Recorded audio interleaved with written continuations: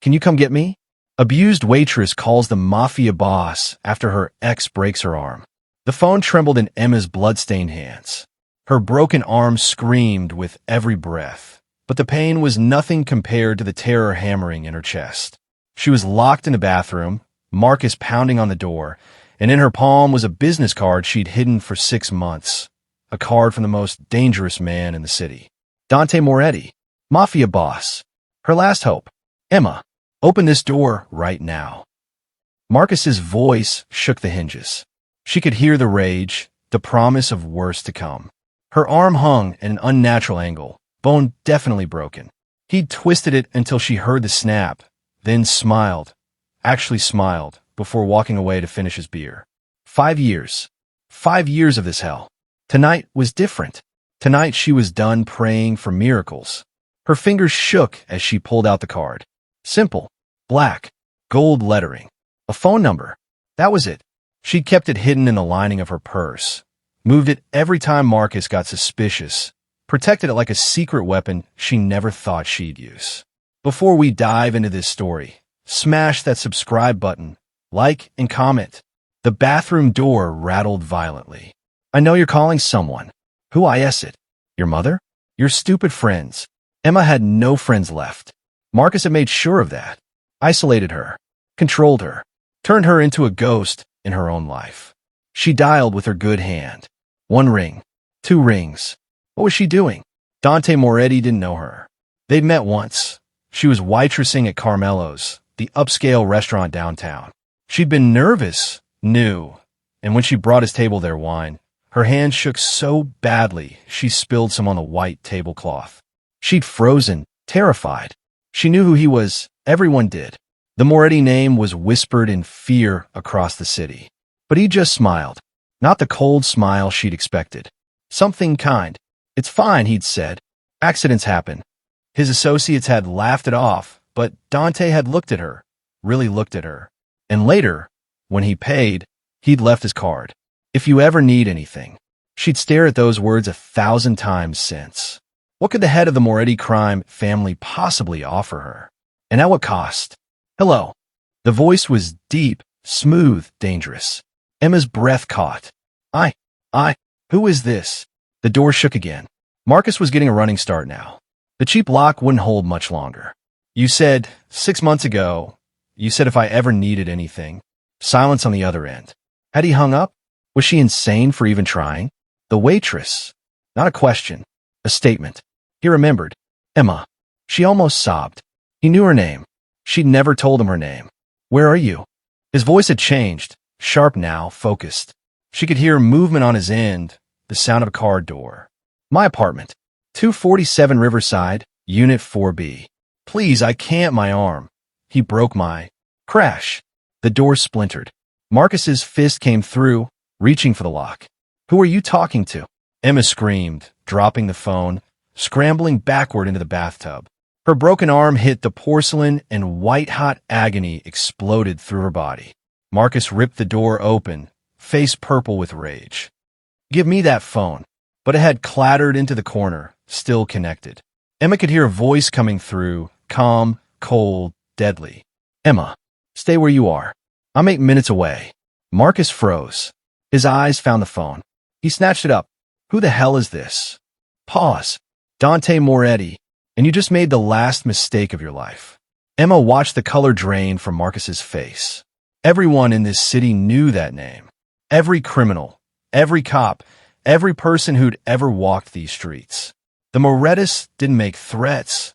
They made examples. I don't care who you are. She's my wife.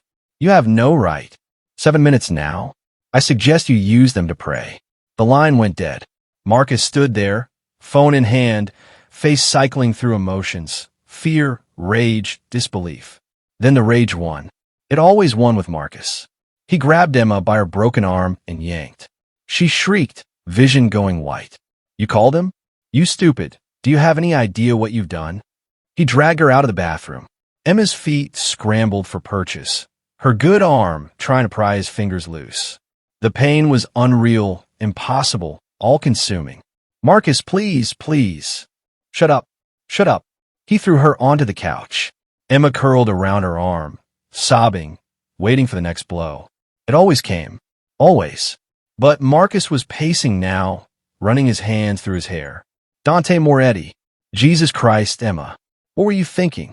Do you know what he does to people? He can't be worse than you, Emma whispered. Marcus's hand rose. Emma flinched, bracing. The doorbell rang. Silence crashed through the apartment like a physical thing.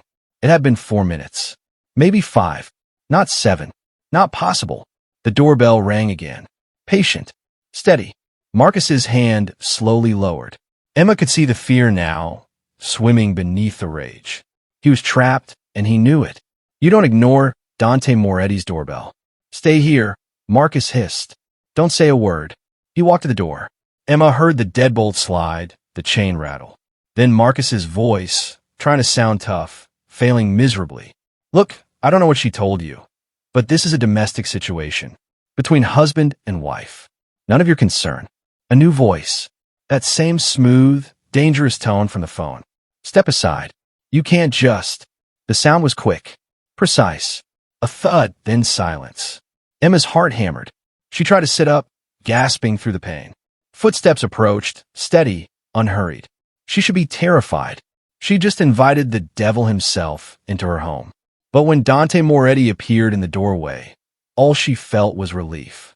He was tall, wearing a black suit that probably cost more than her car. Dark hair, sharp features, eyes that could cut glass. But when he looked at her, those eyes softened. Emma. He crossed the room in 3 strides, kneeling beside the couch. His hands hovered over her broken arm, not touching, assessing. We need to get you to a doctor. Marcus is no longer your concern. 2 men in dark suits appear behind Dante, lifting Marcus's unconscious body like he weighed nothing. Emma watched them carry him out, her mind struggling to process what was happening. Can you walk? Dante's voice pulled her attention back. Emma nodded, then immediately shook her head. Everything was spinning. 5 years of fear, 1 phone call, and now, I've got you. Dante slid one arm behind her back, the other under her knees, lifting her with such care it made her want to cry. He'd just knocked her husband unconscious without breaking a sweat, yet he held her like she was made of glass. My things will be collected and brought to you. Right now, we move. The hallway blurred. The stairs. The night air hit her face, cold, shocking real. A black Mercedes idled at the curb, back door open. Dante slid her into the leather seat, his coat already off and wrapped around her shoulders. Where are we going? Somewhere safe. My doctor is waiting. The car moved. Smooth. Fast. Emma cradled her broken arm, watching the city lights streak past. Her apartment building disappeared behind them. Everything she knew vanishing in seconds. What did you do to Marcus? Nothing permanent. Yet, that word hung in the air. Yet, Emma should feel guilty. She should feel something. But all she felt was numb. He'll come after me. When he wakes up, he'll. No, he won't. Dante's certainty was absolute. He wasn't looking at her, eyes fixed on the road ahead, but his presence filled the entire car. This was a man who didn't make promises. He made facts. You don't understand. Marcus doesn't stop. He doesn't let go. He'll find me, and when he does, Emma. Dante finally turned to face her. I've ended men for less than what he did to you. The only reason Marcus is still breathing is because I wanted you to see him dealt with properly. Not violently, not quickly, but thoroughly. The car turned through iron gates that opened automatically. Estate. This was an estate. Sprawling grounds, a mansion that looked like it belonged in a movie. Security everywhere. Men in suits, cameras, walls that promised nothing got in or out without permission. The car stopped at the entrance. Dante was out first, opening her door, lifting her again before she could protest. The front doors opened and a woman appeared. Older, professional, kind eyes. Mr. Moretti, the doctor is in the East Wing. Thank you, Maria. Inside was wealth Emma couldn't comprehend. Marble floors, crystal chandeliers, artwork that probably cost more than she'd make in a lifetime. But Dante didn't stop to show off. He moved through hallways with purpose until they reached a bedroom. Not his bedroom. Emma could tell. This was a guest suite, prepared for her. Cream-colored walls, soft lighting, a massive bed with silk sheets, and standing beside it, a gray-haired man with a medical bag. Dr. Chun, this is Emma. Broken arm, possibly fractured ribs, bruising. The doctor nodded, professional and unsurprised. How many times had he done this? How many broken people had Dante Moretti brought to him? I'll leave you to examine her. Maria will get you anything you need. Dante set Emma down on the bed, and for the first time since he arrived, she saw something in his face. Anger. Not at her. For her. His jaw was tight, his hands flexing like he wanted to hit something. Thank you, Emma whispered. He paused at the door. Rest. We'll talk tomorrow. Then he was gone, and Emma was alone with the doctor. Dr. Chun worked efficiently. X-rays with a portable machine. Her arm was definitely broken. Clean break. Would heal fine with a cast. Ribs were bruised, but not fractured. He cataloged every injury with clinical precision, but his eyes were gentle. You're safe here, he said while wrapping her cast. Mr. Moretti doesn't bring people here lightly. What does that mean? It means you matter to him. And people who matter to Dante Moretti are untouchable. The doctor left pain medication and instructions. Maria brought soup, tea, clothes that actually fit. Emma changed into silk pajamas that felt like sin against her skin, then collapsed onto the bed. She should be afraid, should be questioning everything. But exhaustion won, dragging her under into the first dreamless sleep she'd had in years. Sunlight woke her. Real sunlight, not the dim, filtered light from her apartment's single window. Emma blinked, disoriented, before remembering. Dante, the rescue, the mansion. She sat up carefully. Her arm throbbed in its cast, but the pain medication had taken the edge off. Someone had left breakfast on the nightstand. Fresh fruit, pastries, coffee that smelled like heaven. A knock at the door. Come in. Maria entered with a warm smile. Good morning, Miss Emma. How are you feeling? Confused. Grateful. Terrified. Take your pick. All normal reactions. Mr. Moretti asked me to tell you he'll check on you this afternoon. He had business this morning. Business. Emma wondered what that meant for a man like Dante Moretti. I don't have my phone. Mr. Moretti had it destroyed. Security precaution. If you need to contact anyone, I can arrange it. Who would she contact? Her mother lived 3 states away, and they barely spoke. Her friends, Marcus had driven them all away years ago. She was alone. No, not alone. Protected. There was a difference. Emma spent the morning exploring the guest wing. Bathroom with a tub big enough to swim in. Walk-in closet stocked with clothes in her size. Private balcony overlooking gardens that looked professionally maintained. This wasn't just a guest room.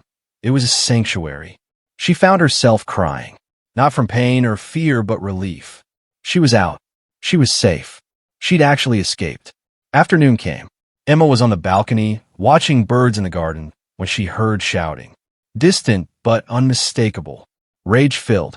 Familiar. Marcus. Her blood turned to ice. Emma gripped the balcony railing, looking toward the front gates. She couldn't see them from here, but she could hear him. Emma. Emma. I know you're in there. He'd found her. Somehow, impossibly, he tracked her down. Emma backed away from the balcony, her breathing coming in gasps. 5 years of conditioning kicked in.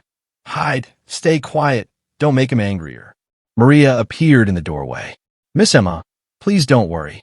He cannot get in. You don't understand. Marcus doesn't give up. He'll find a way. Mr. Moretti is handling it. The shouting continued. Threats. Promises of what he'd do when he got his hands on her. Emma sank onto the bed, shaking. She'd been stupid to think one night would solve everything. Marcus owned her. He'd told her that 1,000 times. No one leaves me, Emma. You're mine. Hours passed. The shouting finally stopped. Emma sat frozen, waiting for Marcus to burst through the door. But he never came. Evening fell. A knock. Dante entered, and Emma could see the cold fury in his eyes. He's gone. For how long? Forever. Emma stood. Did you kill him? No, though I wanted to. Dante moved to the window, hands in his pockets. I let him scream. Let him rage. Let him show everyone exactly what kind of man he is. Then I had my lawyers serve him with divorce papers, a restraining order, and documentation of every injury you've suffered in the past 5 years. How do you have? I have resources. Medical records can be pulled. Witnesses found. Your neighbor, Mrs. Chun? She heard you screaming 3 dozen times. Never called police because Marcus threatened her. She'll testify. Emma's legs gave out. She sat hard on the bed. He'll fight it. Let him try. Dante finally looked at her. Tomorrow, Marcus learns what happens when you cross me. Tonight, you rest. He moved toward the door. Dante, why are you doing this? He stopped. Long pause.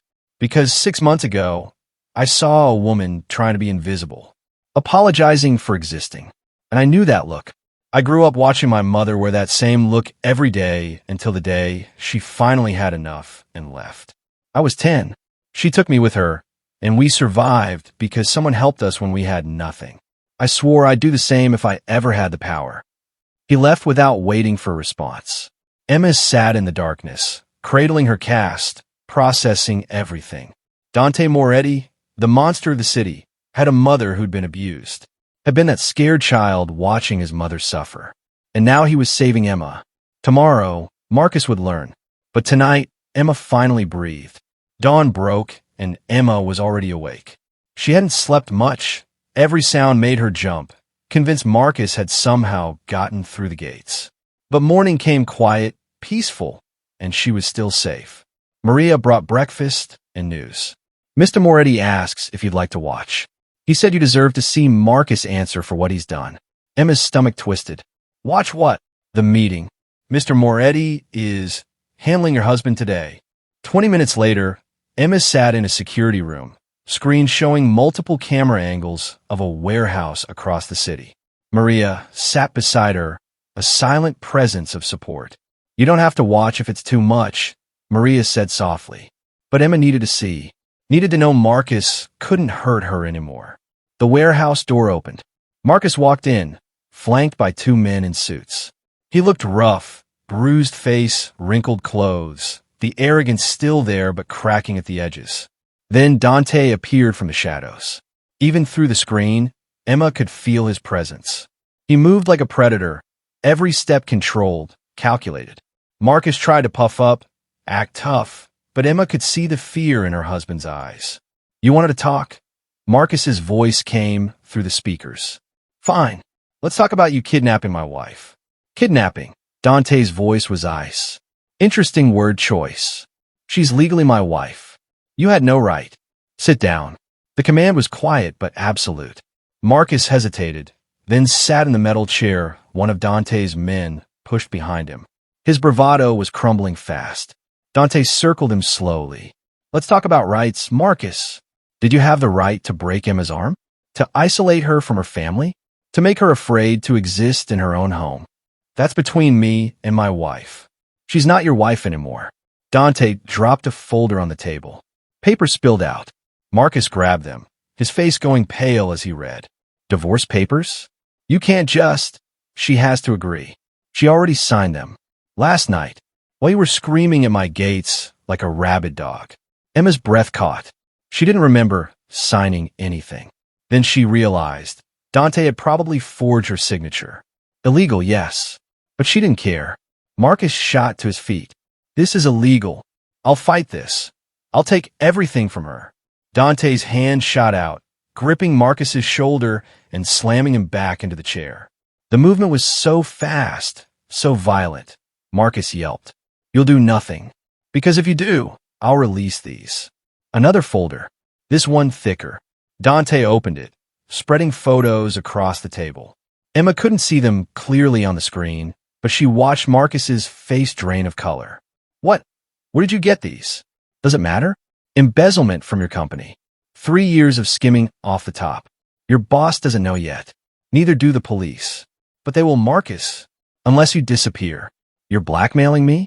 I'm giving you a choice. Sign the divorce papers. Leave the city. Never contact Emma again. Or I hand everything over to the authorities and you spend the next decade in prison. Marcus was shaking now. Emma knew that shake. It was the same one she'd had for 5 years. Fear. Pure, undiluted fear. You can't do this. I already have. Dante pulled out another stack of papers. Your apartment lease? Terminated this morning. Your bank accounts? Frozen pending investigation. Your job? Called in sick for you. Indefinitely. You're insane. You can't just erase someone's life. Watch me. The words were so cold, so final. Emma felt something break inside her chest. Not fear, but something else. Wonder. Someone was actually protecting her. Actually making Marcus pay. Marcus grabbed the papers, hands shaking so badly he could barely hold them. What if I refuse? What if I go to the cops and tell them everything? Dante leaned down, face inches from Marcus's. Then you'll learn why people fear the Moretti name. I've been civil. Marcus, I've been patient. I'll let you keep breathing.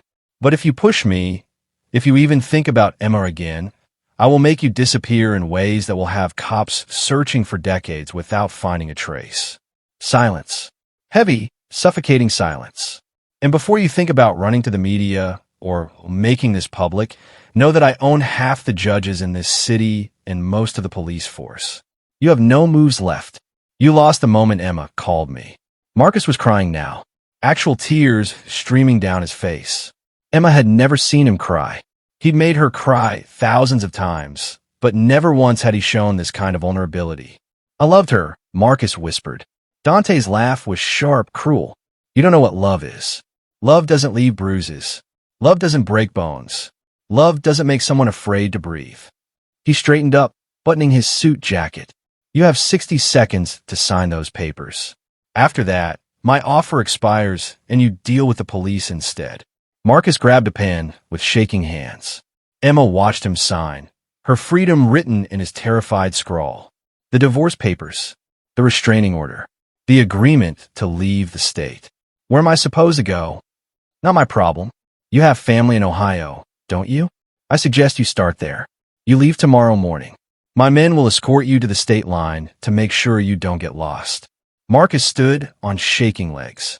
Can I at least say goodbye to Emma? No. She's my wife. She was your victim, and she never wants to see you again. Dante nodded to his men. They grabbed Marcus by the arms, dragging him toward the door. He struggled weakly, shouting, Emma, Emma, please. I'm sorry. I didn't mean it won't happen again, please. The same words, the same promises he'd made 100 times before. Emma had believed them once. She thought he could change, that her love could save him. But watching him now, broken and begging, she felt nothing. No pity, no anger, just emptiness. The screen went dark as Marcus was removed from the warehouse. Emma sat in silence, processing everything. Maria touched her hand gently. It's over. He's gone. Just like that. Just like that. The door opened. Dante entered, still in his suit, looking completely composed. No sign of the violence Emma knew he was capable of. You watched. Emma nodded. Thank you. Don't thank me yet. He'll be monitored for the next year. If he so much as Googles your name, I'll know. If he comes within 500 miles of you, I'll know. And if he ever tries to contact you.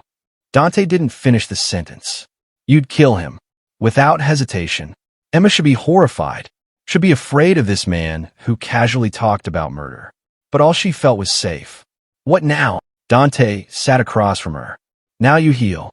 I've arranged therapy, trauma specialist, best in the city. You'll stay here as long as you need. And when you're ready, we'll help you build whatever life you want. Why? The question burst out. Why are you doing all this for me?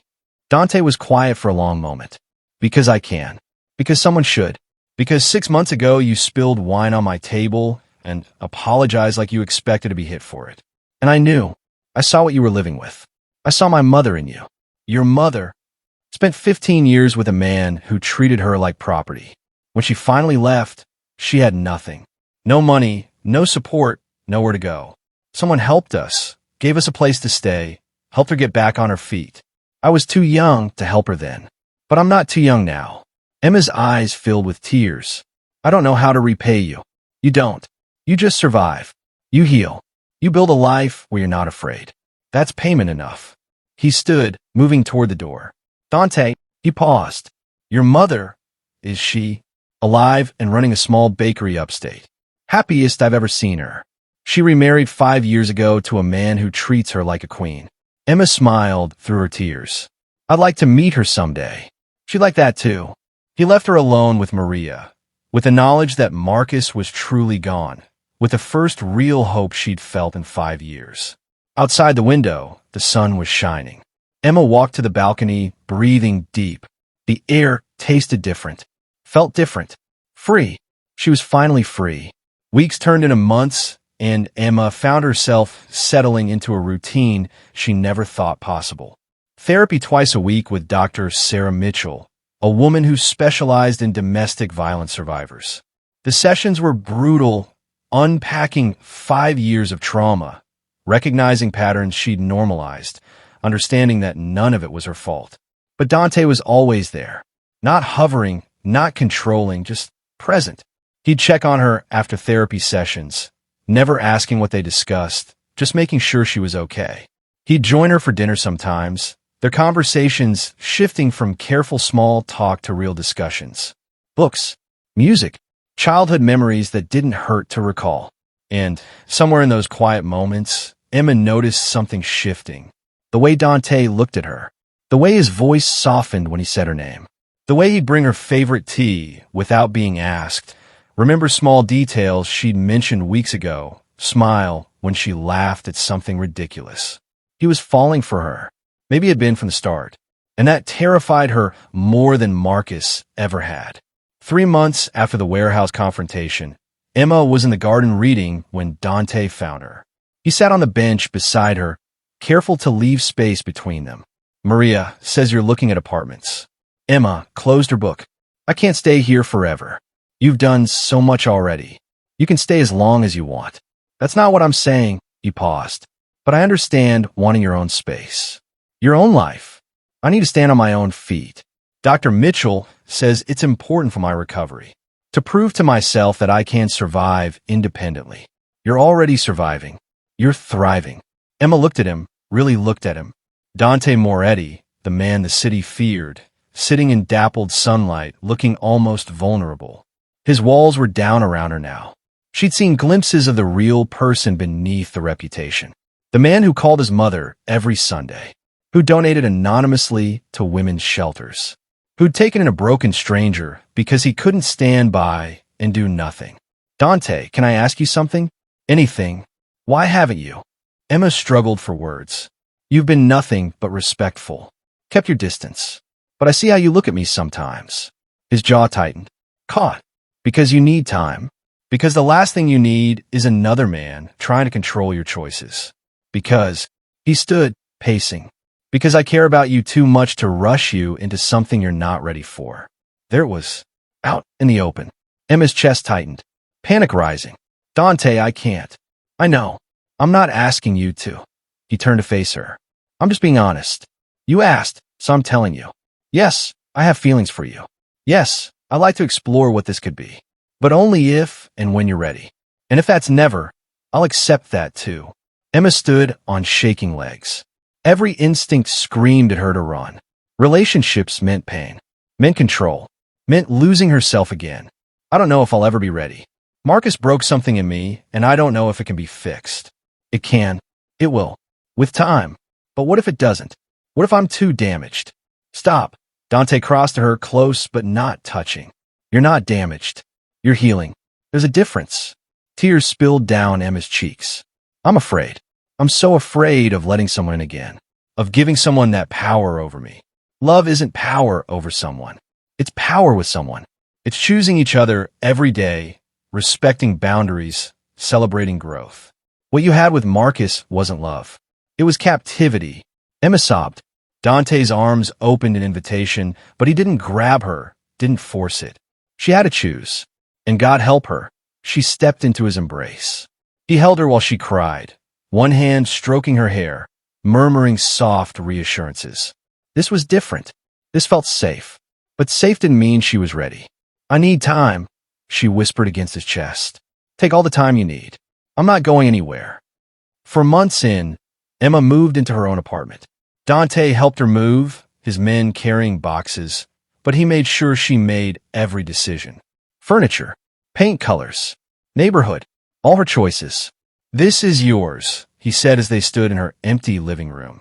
Your space. Your rules. I visit only when invited. Emma felt something crack open in her chest. Freedom. Real, tangible freedom. She decorated slowly. Got a job at a bookstore, low stress, surrounded by stories, perfect for rebuilding confidence. Started a support group for domestic violence survivors with Dr. Mitchell's help. Watched her bank account grow with money she earned, not money controlled by someone else. And Dante kept his word. He visited when invited. Never showed up unannounced. Never pressured. Never pushed. But Emma could see the hope in his eyes every time she called. 6 months after leaving Marcus, Emma had a breakthrough in therapy. I deserve respect, she said, voice firm, standing in Dr. Mitchell's office. I deserve love without fear. I deserve to take up space, to have opinions, to say no, to exist without apologizing. Dr. Mitchell smiled. Say it again. I deserve respect. I deserve love without fear. The words felt like power, like reclaiming pieces of herself Marcus had stolen. Emma had spent 5 years making herself small, quiet, invisible. No more. Toxicity thrives in silence, Dr. Mitchell said. You survive by speaking up, by calling Dante, by choosing yourself.